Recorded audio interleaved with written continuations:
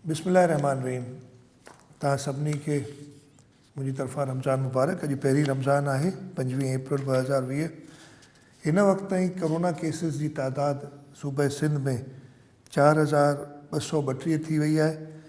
पोएं 24 कलाकनि में 287 कोरोना जा मरीज़ सूबे सिंध में आया आहिनि, टेस्ट थिया आहिनि।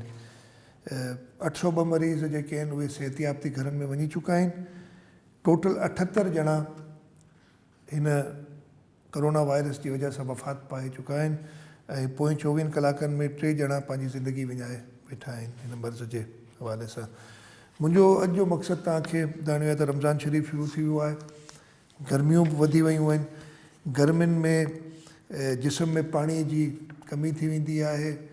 रमज़ान शरीफ़ में रोज़ा रखंदा आहियूं, रोज़नि में बि ॾींहं जो गर्मी जे करे ख़ासि तौर ते हिन मौसम में पाणी जी कमी थी वेंदी आहे। मुंहिंजी सभिनी खे अर्ज़ु हूंदो त उहो इहो ख़्यालु रखनि त छांव में बीहनि, कोशिशि करे घरनि खां न निकिरनि।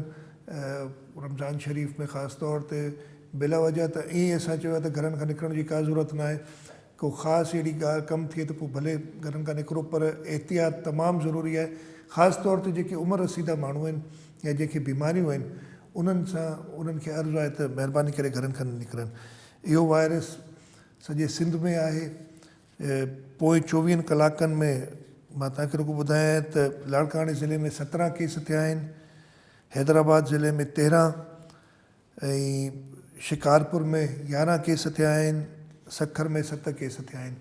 कराची जेको असांजो दारुल ख़िलाफ़ आहे उन में त सभई डिस्ट्रिक्ट्स तमामु घणा अफेक्टेड आहिनि। मुंहिंजी तव्हां सभिनी भाइरनि भेणनि खे इहा ई दरख़्वास्त हूंदी त रमज़ान शरीफ़ जो एतिराम कंदे इबादत घरनि में कयो, घटि में घटि ॿाहिरि निकिरो। ऐं गर्मी जी वजह सां जेकी डिहाइड्रेशन थिए थी, यानी जिस्म में पाणी जी कमी थिए थी, इन जो ख़ासि ख़्यालु रखो। तव्हांजी सिहत, तव्हांजी ज़िंदगी असांखे तमामु घणी अज़ीज़ आहे। मूंखे पूरी उमेदु आहे त मुंहिंजा सॼा दोस्त, मुंहिंजा भाइर भेनरूं, उहे मुंहिंजी जेकी हिदायत आहिनि ऐं हुकूमत जी जेके हिदायत आहिनि उन ते पूरो अमल करे ऐं अलाह ताला खां दुआ घुरी हुनजी बारगाह में अर्ज़ु करे घरनि में वेही इबादत करे जल्द पाण हिन मर्ज़ हिन वबा खां निजात पाए सघंदासीं। तव्हांजी महिरबानी।